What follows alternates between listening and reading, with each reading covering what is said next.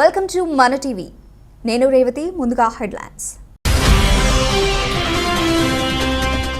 షార్జా నుంచి హైదరాబాద్ వస్తున్న విమానం కరాచీలో ఎమర్జెన్సీ ల్యాండింగ్. ప్రయాణికుల కోసం మరో విమానాన్ని పంపుతామన్న ఇండిగో.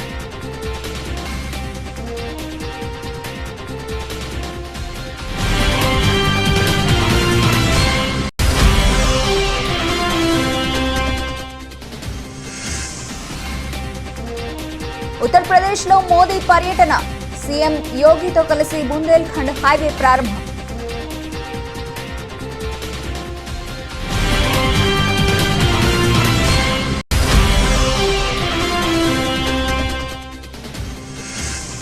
ప్రధాని మోదీ ఉచిత వ్యాఖ్యలపై ధీటుగా బదులిచ్చిన అరవింద్ కేజ్రీవాల్.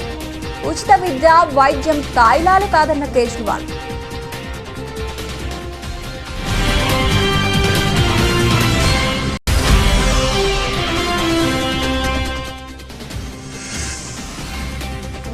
గోదావరి నదికి శాంతి పూజ చేసిన కేసీఆర్.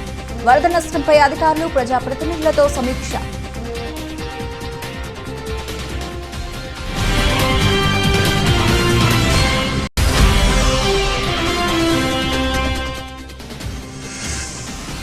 జూబ్లీ హిల్స్ లో పప్పు స్టూడియో ప్రారంభించిన చిరంజీవి, నితిన్.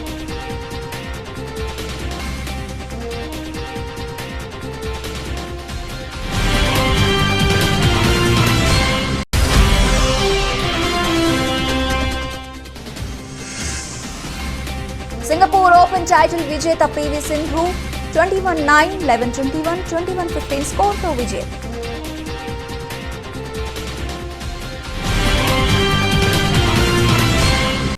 అరబ్ దేశాల నుంచి తెలంగాణ రాజధాని హైదరాబాద్ బయలుదేరిన ఇండిగో విమానం ఉన్నట్టుండి పాకిస్తాన్ నగరం కరాచీ వైపు మళ్లింది.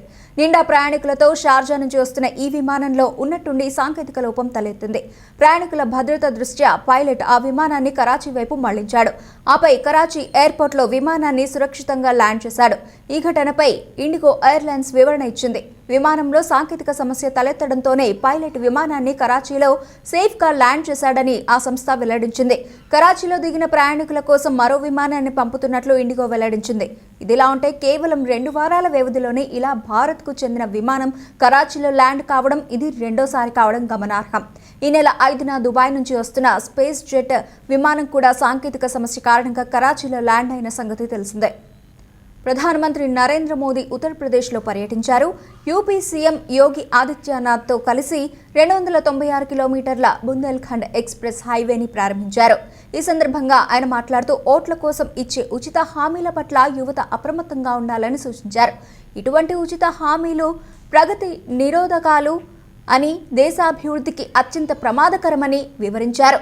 ఉచిత తాయిలాలు పంచిపెట్టి ఓట్లు సంపాదించుకునే సంస్కృతికి అడ్డుకట్టపడాలని మోదీ అభిలషించారు. ఇలాంటి ఉచిత హామీలు ఇచ్చేవాళ్లు ఎక్స్ప్రెస్ హైవేలు, ఎయిర్పోర్ట్లు, రక్షణ రంగ కారిడార్లు ఎప్పటికీ నిర్మించలేరని స్పష్టం చేశారు. మనం కలిసికట్టుగా ఇలాంటి తాయిలాల సంస్కృతిని దేశం నుంచి, రాజకీయాల నుంచి పారద్రోలాలని పిలుపునిచ్చారు. తమ ప్రభుత్వం సదుపాయాలు కల్పిస్తూ దేశ భవిష్యత్తును నిర్మిస్తోందని మోదీ ఉద్ఘాటించారు. नए भारत के सामने एक ऐसी चुनौती भी है जिस पर अगर अभी ध्यान नहीं दिया गया तो भारत के युवाओं का, आज की पीढ़ी का बहुत नुकसान हो सकता है। आपका आज गुमराह हो जाएगा और आपकी आने वाली कल अंधेरे में सिमट जाएगी। दोस्तों, इसलिए अभी से जागना जरूरी है। आजकल हमारे देश में मुफ्त की रेवड़ी बांटकर वोट बटोरने का कल्चर लाने की भरसक कोशिश हो रही है। ये रेवड़ी कल्चर देश के विकास के लिए बहुत घातक है। इस रेवड़ी कल्चर से देश के लोगों को और खास करके मेरे युवाओं को बहुत सावधान रहने की जरूरत है। रेवड़ी कल्चर वाले कभी आपके लिए नए एक्सप्रेसवे नहीं बनाएंगे, नए एयरपोर्ट या डिफेंस कॉरिडोर नहीं बनवाएंगे। रेवड़ी कल्चर वालों को लगता है कि जनता जनार्दन को मुफ्त की रेवड़ी बांटकर उन्हें खरीद लेंगे। हमें मिलकर उनकी इस सोच को हराना है। रेवड़ी कल्चर को देश की राजनीति से हटाना है। साथियों, रेवड़ी कल्चर से अलग हम देश में रोड बनाकर, नए रेल रूट बनाकर लोगों की आकांक्षाओं को पूरा करने का काम कर रहे हैं। हम गरीबों के लिए करोड़ों पक्के घर बना रहे हैं। दशकों से अधूरी सिंचाई परियोजनाएं पूरी कर रहे हैं। छोटे बड़े अनेक डैम बना रहे हैं। नए नए बिजली के कारखाने लगवा रहे हैं ताकि गरीब का, किसान का जीवन आसान बने और मेरे देश के नौजवानों का आने वाला भविष्य अंधकार में डूब न जाए। साथियों, इस काम में मेहनत पड़ती है, दिन रात खटना पड़ता है, खुद को जनता की सेवा के लिए समर्पित करना होता है। मुझे खुशी है कि देश में जहां भी हमारी डबल इंजन की सरकार है, वो विकास के लिए इतनी मेहनत कर रही है। डबल इंजन ఓట్ల కోసం ఉచిత హామీలు ఇస్తున్నారని ప్రజలను తాయిలాలతో మభ్యపెడుతున్నారని, ఇది ప్రమాదకరమైన సంస్కృతి అంటూ ఇతర పార్టీలపై ప్రధాని నరేంద్ర మోదీ విమర్శలు చేయడం తెలిసిందే. దీనిపై ఢిల్లీ సీఎం అరవింద్ కేజ్రీవాల్ స్పందించారు. విద్యార్థులకు ఉచిత విద్య, ప్రజలకు ఉచిత వైద్య సదుపాయం కల్పించడం తాయిలాలు ఇవ్వడం కాదని స్పష్టం చేశారు.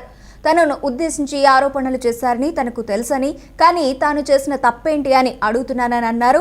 ఢిల్లీ ప్రభుత్వ పాఠశాలల్లో 18 లక్షల మంది విద్యార్థులు చదువుకుంటున్నారు. వారికి తాము నాణ్యమైన విద్యను ఉచితంగా అందిస్తున్నాం. విద్యార్థులకు ఎలాంటి ఖర్చు లేని మంచి విద్యను అందించడం నేరమా అని ప్రశ్నించారు. ఇదంతా 1947, 1950లోనే చేయాల్సింది. మేం ఇప్పుడు దేశ భవిష్యత్తుకు పునాది వేస్తున్నాం. ఇది ఉచితంగా తాయిలాలు ఇస్తున్నట్టు కాదు అని కేజ్రీవాల్ స్పష్టం చేశారు. मुझ पर आरोप लगाए जा रहे हैं कि केजरीवाल फ्री की रेवड़ियाँ बांट रहा है, केजरीवाल फ्रीबीज दे रहा है, मुझे भद्दी भद्दी गालियाँ दी जा रही है, मेरा मजाक उड़ाया जा रहा है। आज मैं देश के लोगों से पूछना चाहता हूँ कि मैं क्या गलत कर रहा हूँ। दिल्ली के गरीबों के बच्चे, मिडिल क्लास के बच्चों को मैं सरकारी स्कूलों में शानदार शिक्षा दे रहा हूँ, लेकिन फ्री में शिक्षा दे रहा हूँ। मैं लोगों से पूछना चाहता हूँ कि क्या मैं फ्री की रेवड़ियाँ बांट रहा हूँ या देश की नींव रख रहा हूँ। दिल्ली के सरकारी स्कूलों में 18 लाख बच्चे पढ़ते हैं। इन 18 लाख बच्चों का भविष्य अंधकार में था। अभी तक हमारी सरकार बनी थी उसके पहले जैसे देश भर में सरकारी स्कूलों का बेड़ा गर्क है, देश भर में सरकारी स्कूलों की बुरी हालत है, वैसे ही दिल्ली के सरकारी स्कूलों की हालत थी। पढ़ाई होती नहीं थी, सरकारी सारे स्कूल टूटे फूटे पड़े थे, दीवारें टूटी हुई थी, छतें छू रही थी, ब्लैक बोर्ड था नहीं, डेस्क नहीं थे, नीचे बैठे रहते थे बच्चे, उनकी कोई पढ़ाई नहीं होती थी। 18 लाख बच्चों का भविष्य बर्बाद था।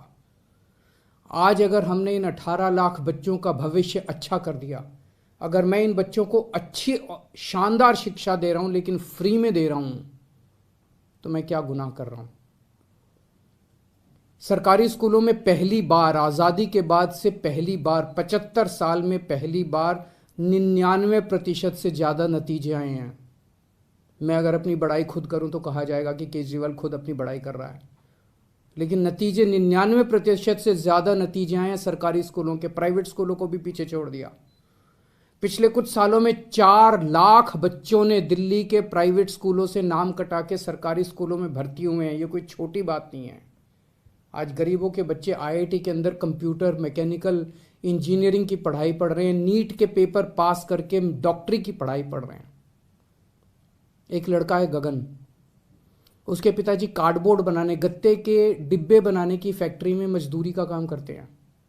कोरोना में वो नौकरी भी छूट गई, 15,000 रुपये महीने कमाया करते थे। आज गगन का एडमिशन IIT धनबाद में कंप्यूटर इंजीनियरिंग में हुआ है।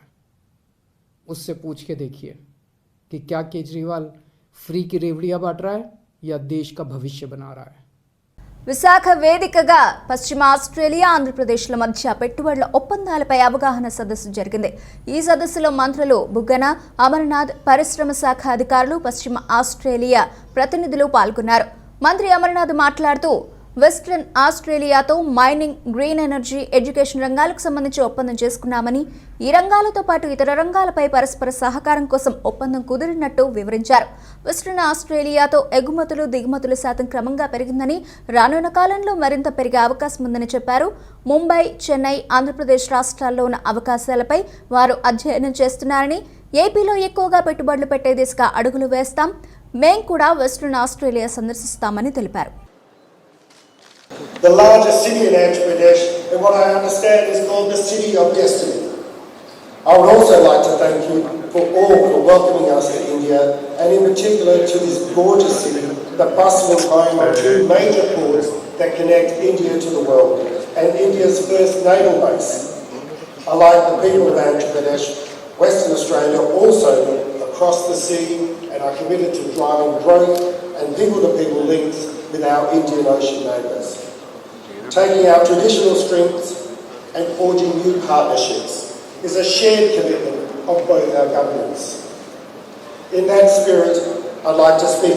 Honourable Templeman's Ministry of International Education and Skilled Migration. It's a very interesting nomenclature, international education and skilled migration. So this, I think, actually defines the importance of skilling in today's life. Few facts on the state of Andhra Pradesh which describe the importance of skilling and vocational training. As was just explained by the Honourable Deputy Prime Minister, Andhra Pradesh sees a GDP growth rate of close to 11.5% when compared to the growth rate of India for the year 2021-22. During the COVID pandemic, we'll be visiting Visakhapatnam. I thought of what Mr. Cook is cooking for Andhra Pradesh. So we are eagerly waiting for your items that you are bringing from Western Australia to India and as well as the state of Andhra Pradesh.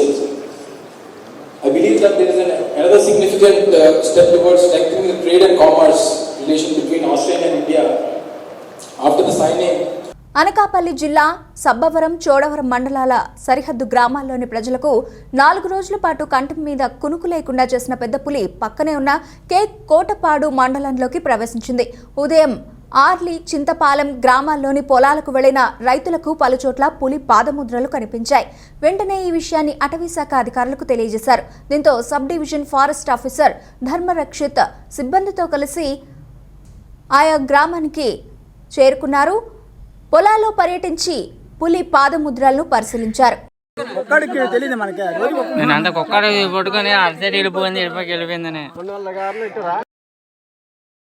Alluri జిల్లా ఏజెన్సీలో 10 రోజులుగా కురుస్తున్న వర్షాలతో వాగులు ఉధృతంగా ప్రవహిస్తున్నాయి. పెదబైలు మండలంలోని జామిగూడ పంచాయతీ పరిధిలోని గుంజివాడ వాగు ఉధృతంగా ప్రవహిస్తూ ఉండడంతో 50 గ్రామాల గిరిజనులు రాకపోకలకు ఇబ్బందులు ఎదుర్కొంటున్నారు.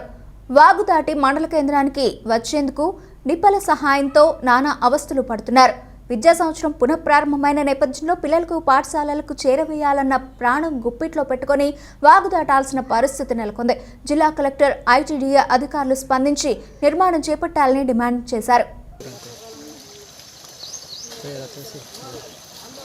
ఎంత డిస్టెన్స్ తెలుస్తుంది. నేను జామగూడ సర్పంచ్ వాళ్ళు సూపర్ సర్పంచ్ నేను. ఈరోజు మా జామగూడ పంచాయతీలో పెదవేలు మండలం జామగూడ పంచాయతీ గుంజివాడ మధ్యగలలో వాగు ఉన్నాయి.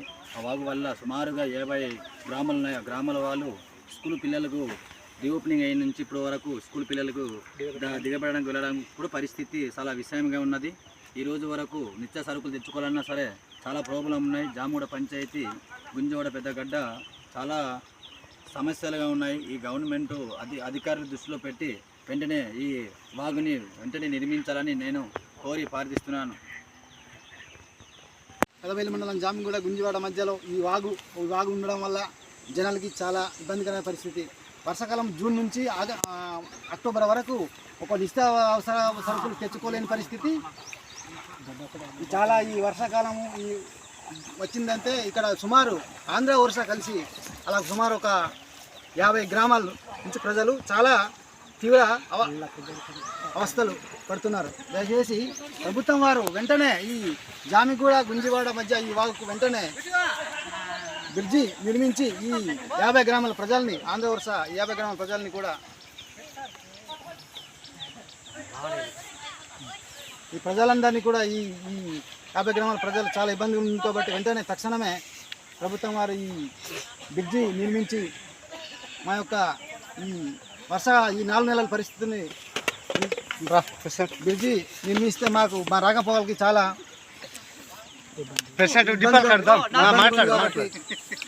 ఇబ్బందిగా ఉంది కాబట్టి వెంటనే మీరు బ్రిడ్జి నిర్మించి మా యొక్క బాధల్ని సహాయపడతారని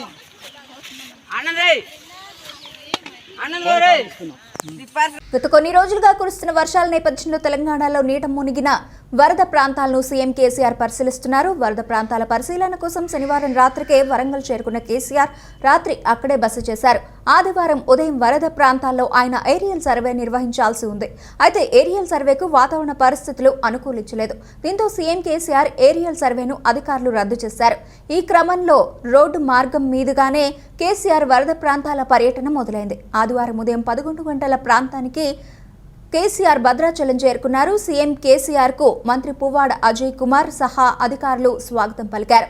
ఆదివారం ఉదయం వరంగల్లో బయలుదేరిన కేసీఆర్ ములుగు, ఏటూరు, నాగారం మీదుగా భద్రాచలం చేరుకున్నారు. ఈ సందర్భంగా గోదావరి నదికి కేసీఆర్ ప్రత్యేక శాంతి పూజలు చేశారు. నదిలో వరద ప్రవాహాన్ని పరిశీలించారు. మార్గ మధ్యలో వరద ప్రభావిత ప్రాంతాలను పరిశీలిస్తూ సాగిన కేసీఆర్ ఆయా ప్రాంతాల్లో ప్రజలు, స్థానిక ప్రజాప్రతినిధులతో మాట్లాడారు. మరి కాసేపట్లో వరద ప్రాంతాల పరిశీలనను పూర్తి చేయనున్న కేసీఆర్ వరద నష్టంపై అధికారులు, ప్రజాప్రతినిధులతో సమీక్ష నిర్వహించనున్నారు.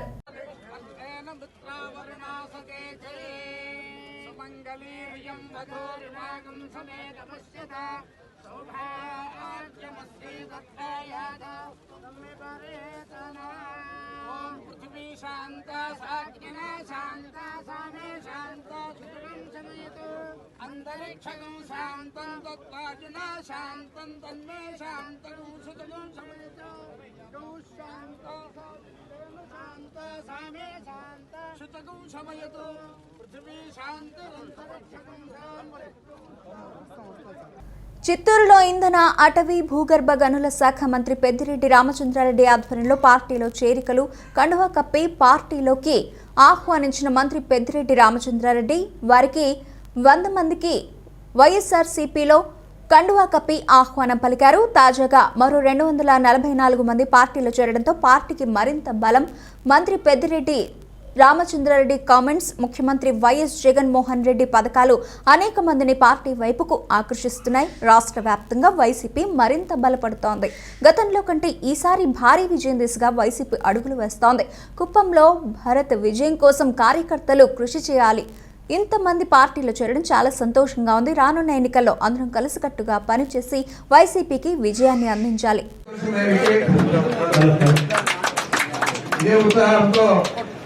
మనం బాగా కలిసి కట్టుగా పనిచేసి వైఎస్ఆర్ కాంగ్రెస్ పార్టీని, అందులో మన యువ నాయకుడు భరత్ గారిని శాసనసభ్యుడిగా మనం ఎన్నుకోవాలని చెప్పి మిమ్మల్ని అందరినీ కూడా మనసారి కోరుకుంటాం.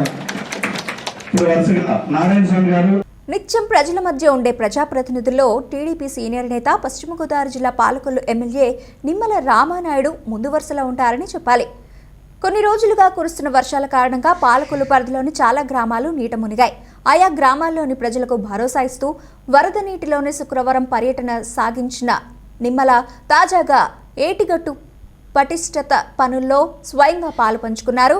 ఈ సందర్భంగా ట్రాక్టర్లో ఏటిగట్టు దాకా వచ్చిన ఇసుక బస్తాలను భుజంపై తీసుకుని వెళ్లిన నిమ్మల వాటిని గట్టుపై వేశారు. ఆయా బస్తాలను తన అనుచరులు తీసుకువస్తుంటే వాటిని అందుకొని గట్టుపై వేస్తూ కనిపించారు. ఈ మేరకు ఈ పనుల్లో పాలు పంచుకున్న నిమ్మల వీడియో ఇప్పుడు అందరినీ ఆకట్టుకుంటోంది.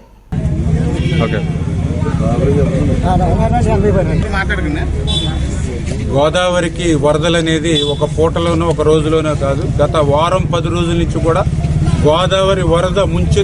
ఈవేళ గోదావరి ఏటుగట్టు లోపల ఉన్నటువంటి లంక గ్రామ ప్రజలు ఇబ్బంది పడడం కాదు, ఏటుగట్లకు గండ్లు పడి ఏటుగట్లు బయట ఉన్నటువంటి ప్రజలకు కూడా ఆస్తి నష్టం, ప్రాణ నష్టం ఏర్పడేటువంటి పరిస్థితి రావడం. ఎందుకంటే ఇప్పుడే మనం చూస్తూ ఉన్నాం, ఏదైతే దొడ్డిబట్లలో మరి ఏటుగట్టుకు 2 చోట్ల లీకేజ్, ఇక్కడ ఓకల గరువులో చూస్తే ఇక్కడ 2 చోట్ల వాటర్ లీకేజ్ అయిపోయినటువంటి పరిస్థితి. ఇప్పుడు నీరు చూస్తే 70 అడుగుల ఎత్తులో గోదావరిలో ఉంది, ఇటువైపు చూస్తూ ఉంటే 70 అడుగుల. ములుగు జిల్లా ఏజెన్సీ ప్రాంతాల్లో పర్యటిస్తున్న మంత్రి ఎర్రబెల్లి దయాకర్ రావు ఇటీవల వర్షాలకు దెబ్బతిన్న ముంపు ప్రాంతాలు గోదావరి నది ఉధృతిని పరిశీలిస్తున్న మంత్రి వరద నీటిలో నడుస్తూ బాధితుల వద్దకు చేరిన మంత్రి బాధితులతో మాట్లాడిన వారిని ఓదారుస్తున్న మంత్రి వరద సహాయక పునరావాస చర్యలను పర్యవేక్షిస్తున్న మంత్రి మధ్యాహ్నం 2 గంటలకు ఏటూరు నాగారం ఐటీడీఏ కార్యాలయంలో అధికారులతో వరద పరిస్థితులను సమీక్షించనున్న మంత్రి వెంట ములుగు జెడ్పీ చైర్మన్ కుసుమ జగదీష్, పలువురు ప్రజాప్రతినిధులు, ములుగు జిల్లా కలెక్టర్, ఐటీడీఏ పీఓ, పలువురు అధికారులు ఉన్నారు.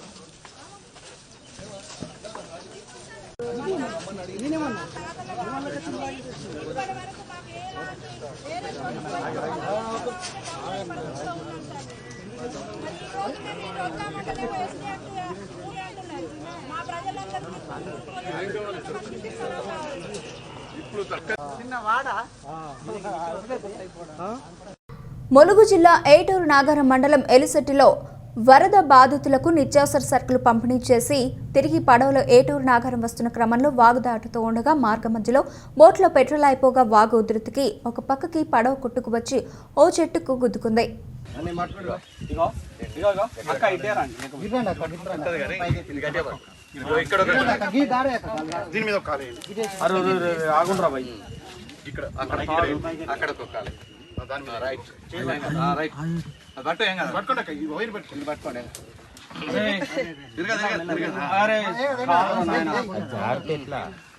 గుందుండి లాగద్దే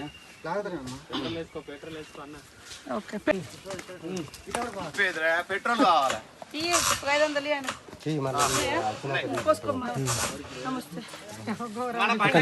మధ్యలో ఆగిపోయింది.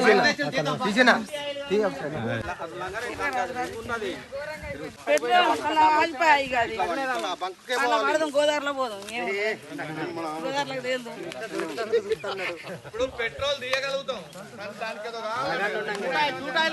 ఐకేర్ 94వ వ్యవస్థాపక దినోత్సవం సందర్భంగా దేశ రాజధాని ఢిల్లీలో ఐకేర్ ఏపీ షిండే సింపోజిజం హాల్లో వ్యవస్థాపక దినోత్సవ ఉత్సవాలను శనివారం నిర్వహించారు. ఈ సందర్భంగా దేశంలో వ్యవసాయ అనుబంధ రంగాల్లో పరిశోధన మరియు విస్తరణలో విశేష సేవలు అందించిన రైతులు, శాస్త్రవేత్తలు, అభ్యుదయ రైతులను కేంద్ర ప్రభుత్వం జాతీయ అవార్డులను ప్రకటించింది.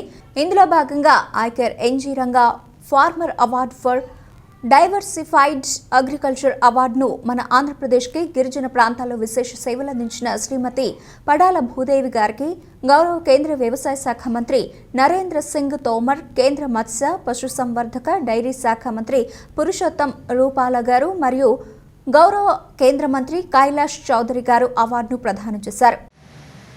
అందరికీ నమస్కారం. నా పేరు పడాల భూదేవి, శ్రీకాకుళం జిల్లా. మరి ఈరోజు ఢిల్లీలో జరిగినటువంటి ఐసీఏఆర్ నేషనల్ అవార్డు రావడం నాకు చాలా సంతోషంగా ఉంది. మరి సంతోషంతో పాటు బాధ్యత కూడా నాకు చాలా ఎక్కువగా పెరిగిందని నేను భావిస్తున్నాను.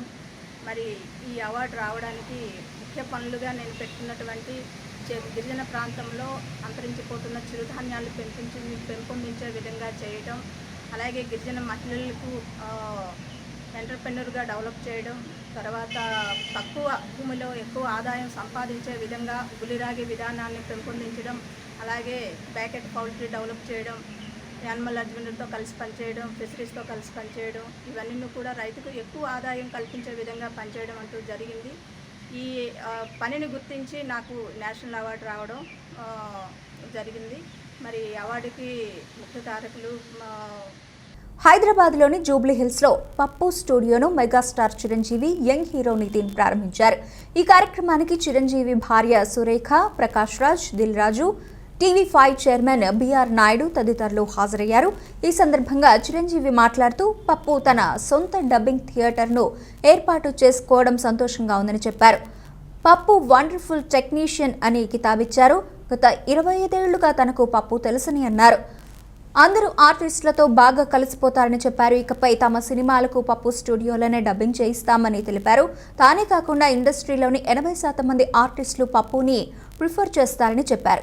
భారత స్టార్ షట్లర్ పివి సింధు తొలి సింగపూర్ ఓపెన్ టైటిల్ను కైవసం చేసుకుంది. ఆదివారం జరిగిన ఫైనల్లో చైనాకు చెందిన వాంగ్ జీ ఈపై 21-9, 11-21, 21-15 తేడాతో సింధు విజయం సాధించింది. తొలి సెట్లో ప్రత్యర్థిపై పూర్తి ఆధిపత్యం చెలాయించిన సింధు రెండో సెట్లో ఓడిపోయింది. అయితే నిర్ణయాత్మకమైన మూడో సెట్లో తిరిగి అద్భుతంగా పుంజుకొని సింధు ఈ ఏడాదిలో తొలి సూపర్ 500 టైటిల్ను తన ఖాతాలో వేసుకుంది. కాగా వాంగ్ జీ ఈ చివర వరకు అద్భుతమైన రీతిలో పోరాడింది. ఇక పివి సింధుకు ఏడాది సీజన్లో ఇది మూడో టైటిల్. అంతకు ముందు సయ్యద్ మోదీ స్విస్ ఓపెన్లో సూపర్ 300 టైటిల్స్ను సింధు సాధించింది. ఇక ప్రతిష్టాత్మక సింగపూర్ ఓపెన్ టైటిల్ను గెలుచుకున్న మూడో భారత ప్లేయర్గా సింధు రికార్డులకెక్కింది. కాగా గతంలో 2010లో సైనా నెహ్వాల్, 2017లో సాయి ప్రణీత్ సింగపూర్ ఓపెన్ టైటిల్ను కైవసం చేసుకున్నారు. బులెటిన్ ముగించే ముందు ముఖ్యాంశాలు మరోసారి. షార్జా నుంచి హైదరాబాద్ వస్తున్న విమానం కరాచీలో ఎమర్జెన్సీ ల్యాండింగ్. ప్రయాణికుల కోసం మరో విమానాన్ని పంపుతామన్న ఇండిగో.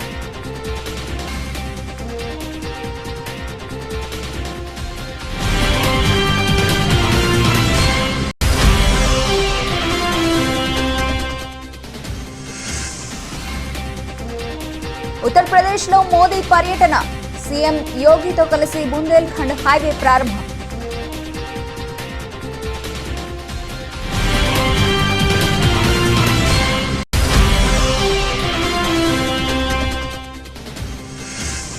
ప్రధాని మోదీ ఉచిత వ్యాఖ్యలపై ధీటుగా బదులిచ్చిన అరవింద్ కేజ్రీవాల్. ఉచిత విద్య, వైద్యం తాయిలాలు కాదన్న కేజ్రీవాల్.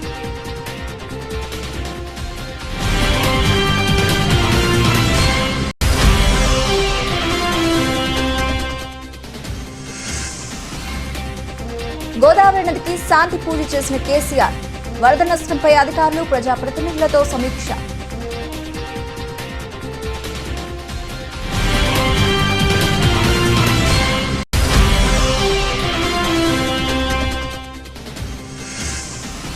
జూబ్లీ హిల్స్ లో పప్పు స్టూడియో ప్రారంభించిన చిరంజీవి, నితిన్.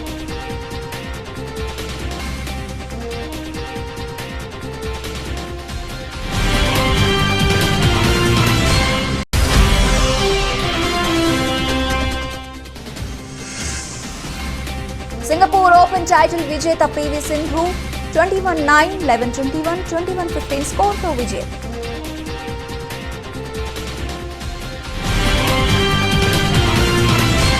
ఇవి ఇప్పటివరకు బులెటిన్ అప్డేట్స్. మరిన్ని అప్డేట్స్ కోసం చూస్తూనే ఉండండి.